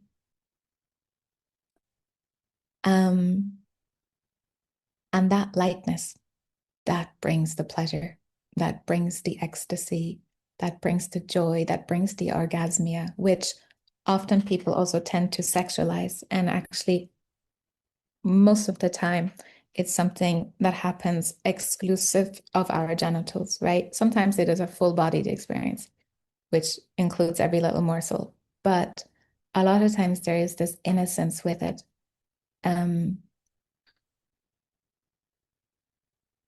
And that's often an ecstasy and an orgasmia that actually people have never experienced before. People often come and fill out their forms. I have some questions I ask you if you come to me, and one of them is like, are you orgasmic? And some people say yes, but through the experience, they find out the difference of what they've been experiencing is maybe a genital, quite a localized orgasm, rather than the embrace of the full body is there with the experience. And actually something that Pavlina and I briefly spoke about in preparation for the call was that, and I'm also thinking of your question, is that it's you could probably have 9 out of 10 people come and they could have a really orgasmic experience. It's quite easy to guide people there. But it's not, it can be also like elevating and encouraging, and there's nothing wrong with it, but generally we focus more on the density. And trying to get 9 out of 10 people to go to the dark and uncomfortable places is a little bit more difficult because there's resistance. Yeah, there's lack of trust. So yeah, I don't know. Do you want to steer me a little bit more? Because it's so big and there's so much to say. Or maybe people have some questions specifically about the body work or and I can also tidy up. And I do have a few things to say about the Kundalini energy, which or Kundalini activation, which may not, I don't know, it might satisfy you and it may not. I'll let you decide.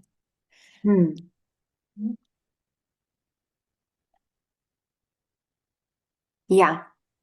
Yeah, you already answered as well the question about the orgasmia because it's very relative to the pleasure. Even I would like to say it can really enhance the capacity to feel, right? The sensation. Yeah, and it's actually really beautiful because often people come because they feel numb in their sexual expression, in the way they engage with intimacy. But we don't hyper focus on this. We journey with the whole body, but through the experiences, which ultimately, what are we doing in the most simplest of senses? We're helping you to feel again. And larger than before, wider than before, right? So of course, you're going to bring this into your life experiences. And that's often a really surprising part for both men and women, you know? They're like, yeah, and sometimes hard actually, because sometimes people now have this really incredible and heightened relationship with sensitivity, sensation, with intimacy, with sexuality, with sexual expression. And then sometimes their partners are not moving with them, you know, and that often does create. So, this is some of the unpleasantness or the friction that can sometimes arise out of doing the work. Now we have a problem in the relationship we didn't have before. Are there two willing people to meet each other, you know, to work together? And this is why also the greater capacity for joy, for ecstasy, for orgasmia can make some parts of our life also a little bit more tricky. If I can maybe add what I experience now from women around what we are talking, that they are not met in the depths. Mm. Yeah, really, they are not there met. So then the intimacy is, I would say, the side effect, the sexuality is a side effect of everything, like that they are not met there with the partner. And I think really growing, it's that I don't have advice, where to find this matching or this depth, yeah. Yeah, for sure. I'm also happy to answer some questions around that if anybody wants to drop something in before we finish. Um, I would like to speak a little about maybe the Kundalini activation, and it's really not to taint any process. To me, that's really important. It's more to give you resources so that you can become more intimate with yourself and you decide what feels good to you, what is in resonance with you, so that you become less reliant on the opinion of someone that you might have put on a pedestal, but you tune actually deeply into your core and you feel what is in resonance with you. Less outsourcing, more insourcing. But I'm hoping some of this might inspire you. There definitely is this virality, right? Like almost like a trend of these Kundalini activation circles all over our screens, I suppose. And I would just invite you to pause, to breathe, and to look again, maybe after this call with fresh eyes. And look at how they treat the body. And this is, I don't mean this as a normative for the modality. I mean this about each individual person who is tending to a body or a group of bodies. Look at how they treat the body.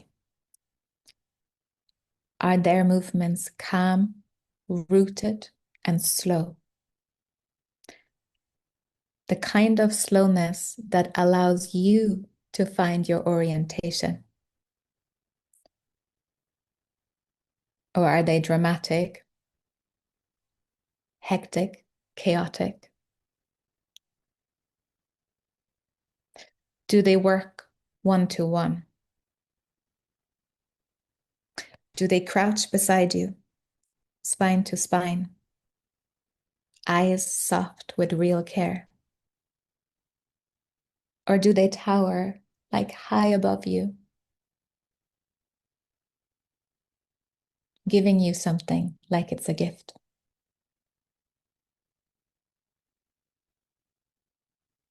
Do they make you feel like you're returning to your own remembering? Or like they're giving you something you don't have?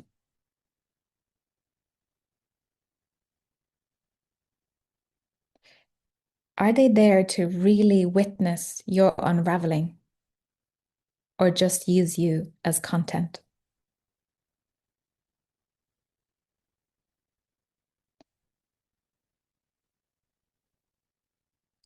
Look at their hands. Are they touching like you are a prayer?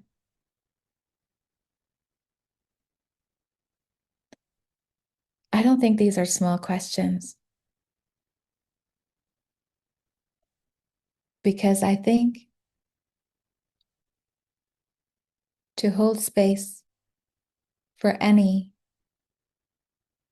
kundalini processes, which ultimately is always intimate, requires real integrity in your bones. Not aesthetics, not noise, and definitely not swollen egos. So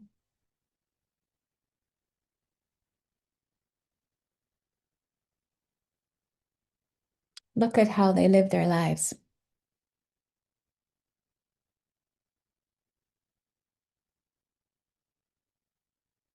How they tend to people in their care.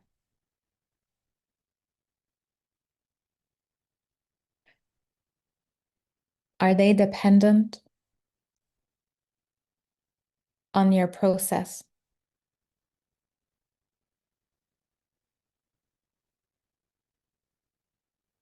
Or are they okay with you having a quiet inwards session?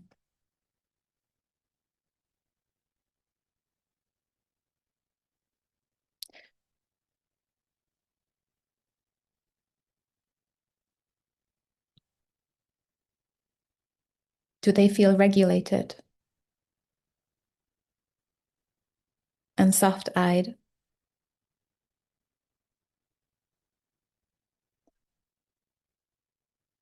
For sure, I can tell you, I don't think anyone's ego is evil, but sometimes egos are hungry. And if they haven't done the work of feeding it with truth, any facilitator will feed it with yours.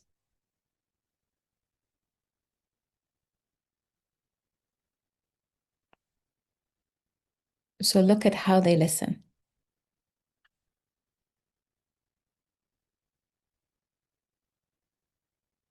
I always say a true guide is not above you, but they're with you on the floor, in the dark, with muddy hands. Yes, I know this place. I'll stay with you while you remember.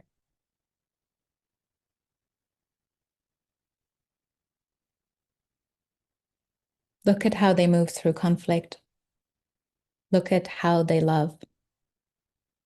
Look at how they can sit in their own chaos.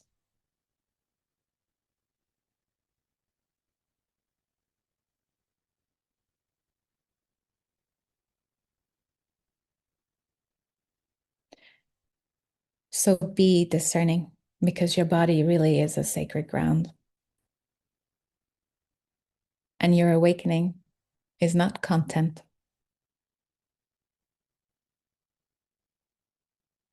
So my advice to you would be, only let yourself be led by those who have become undone themselves. The ones who've allowed the dark to remake them. And mostly let your body decide, because your body knows. The serpent always does. Yeah.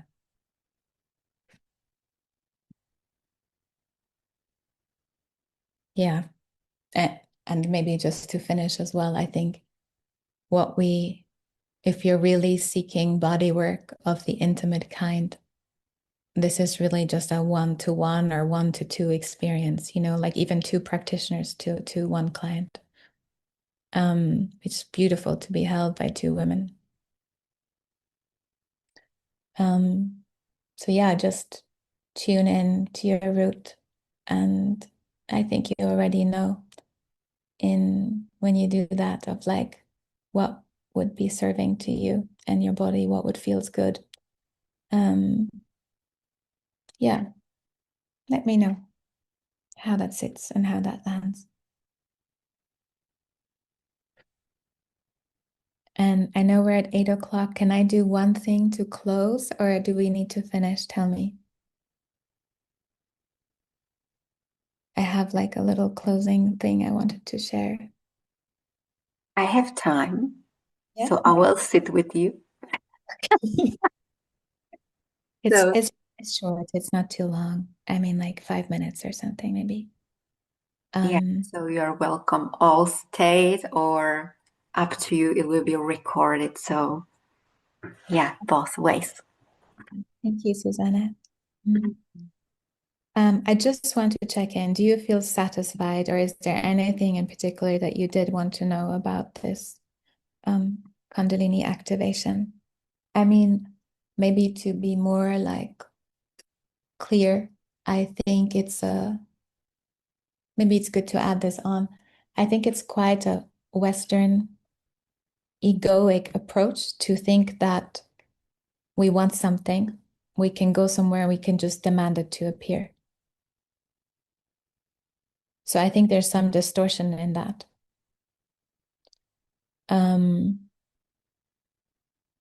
Also, when I think of like all the things that come up in body work, sometimes people have flashbacks.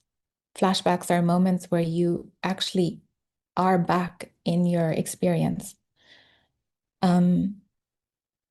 Triggers, terrible grief.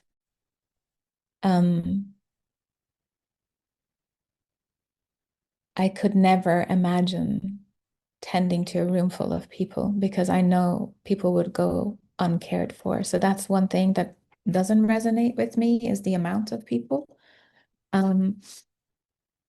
Like I would work in a very small group with other facilitators too, like we will do at the in-person training also with Pavlina in November. But I only two bodies, basically where I can reach. I can be, if I had to be, there for both of them simultaneously. That's my limit. I would never work more with more. So like it could be that there's 3 facilitators in the room, but only 6 bodies that we're working with. So 2 per person. And there can be something beautiful about that group experience as well. But generally, people do go deeper one-to-one.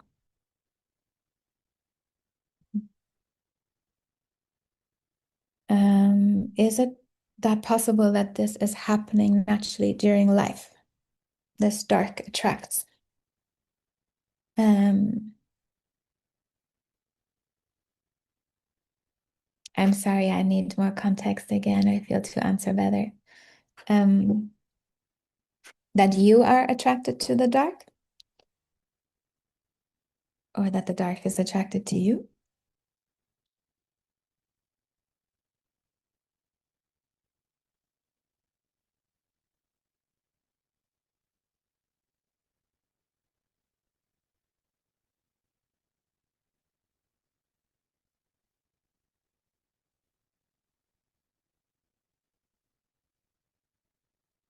I can answer it also in this way. Maybe this is helpful. I think we have been, that is trying to find its path. Let me share this and see if that resonates on some level.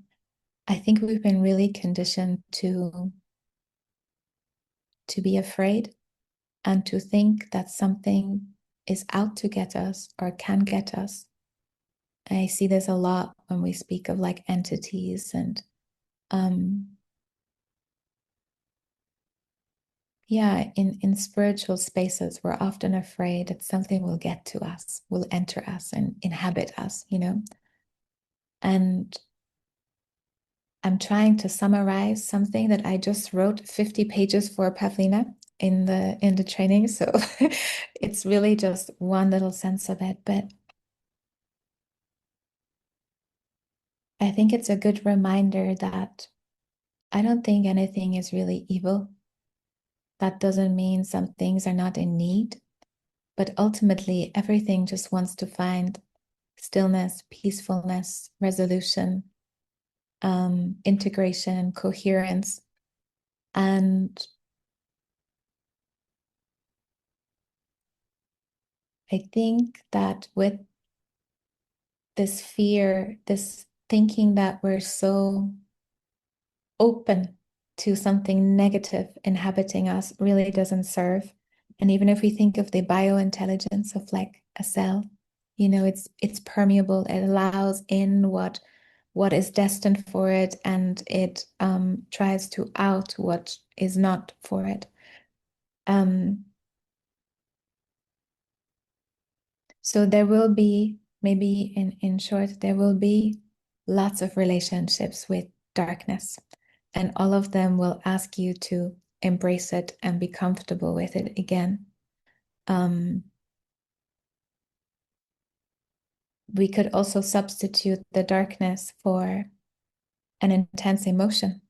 And it's very easy to say, oh, it was that thing, or it was that person left a bad impression on me or a bad energy on me.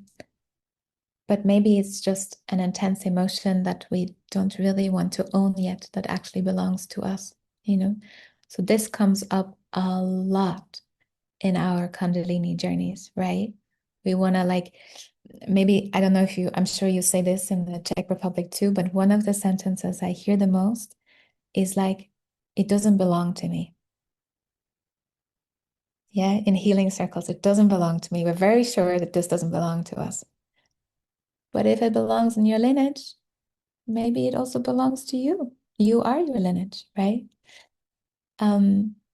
So I would err more with caution if you find yourself wanting to bypass something, to oust something, to take it out, to, you know, maybe get more curious and see, let me get to know you better. Who are you before I say you don't belong to me? Or, yeah, become more intimate with it, because very likely, I would say 9 out of 10 times, it's like a story or an emotion that does very much belong to you. Yeah. Okay.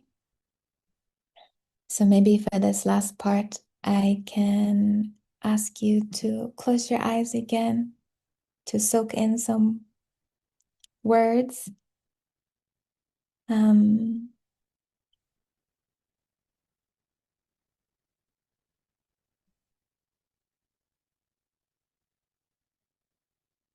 hmm. The willingness to feel. At its most honest, Kundalini actually isn't complex. It's definitely not a domain that is just for masters or gurus or something like that. It's not really about rising or ascending or awakening, but it's more about sensation and willingness. It's simply an invitation to feel more deeply and to feel beyond that which you've been taught, and to say yes to all of it, to the forgotten, to the feral, to the sticky, festering memories tucked into the corners of your hips or into the lips of your genitalia. The forgotten sorrow that sleeps behind your eyes. Or that hunger in the chest that you learn to mute just for approval. Kundalini is actually also the longing that never goes away. The one that maybe you try to name as loneliness or dream or desire or lust, but really it was just life itself calling you out from the inside. She comes to open you, and it can be painful, to break the seal of numbness, to bring you into such raw and exquisite contact with yourself that it borders the unbearable. And yet you bear it and you want more. And this is not the eros of the surface that we see everywhere plastered on Instagram. This is deep eros. the kind that swells in your belly when you say yes to feeling your grief, the kind that floods you, floods your thighs when you finally let yourself rage, the kind that rises like heat when your whole body starts to remember that you are allowed to feel this, that your bones were actually assembled for this. Your bones is like the human crystal. And maybe we could just see that to feel fully is not necessarily a kind of a collapsing, but it can be a love making with what there is.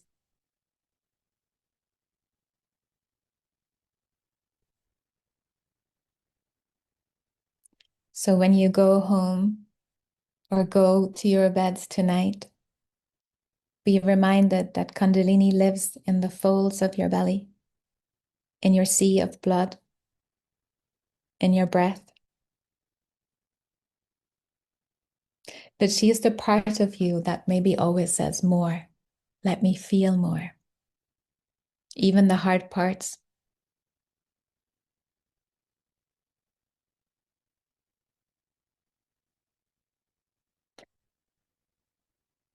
And maybe that's the secret, that the decomposing and the compost becomes actually the nectar.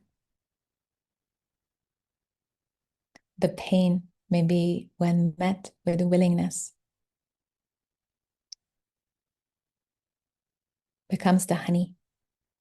The heaviness becomes soft. The stories become vapor. And this is pleasure, real pleasure. The kind of pleasure that spreads from your root to your mouth. This is orgasmic without being sexual. It is Eros as earth. Eros as a pulse that simply says, I am alive and I belong here. And there's something like so beautifully simple and ordinary about this. You don't need a temple. You don't need a ritual. You don't need a guru. You only need to be willing to feel the wind, to feel the weight and the waves of your own inner world. And to say to it, yes, I trust this. I trust all these edges. That trembling like line between comfort and wildness. That's the portal.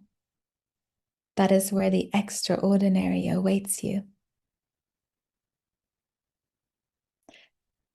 So let yourself melt tonight. Let your body remember what it knew in the womb, how to be touched by darkness without fear, how to be penetrated by sound, by silence, by sensation, how to be loved entirely by existence yourself. Susanna, too. This is Kundalini.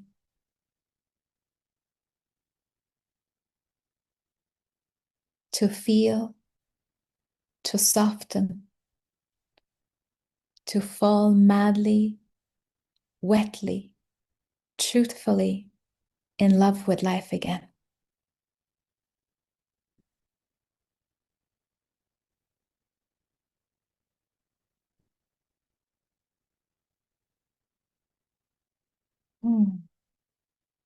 Blessings to all of you.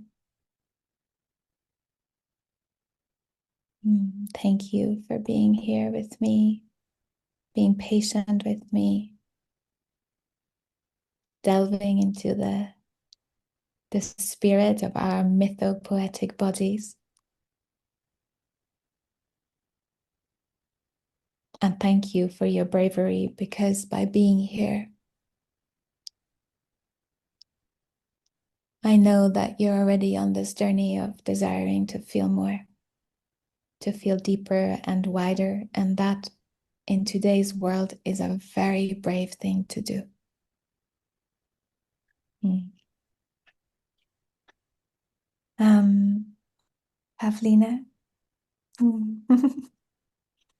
Yeah, Yeah, shall I share about my details, or you want to do that? I will share it. Mhm.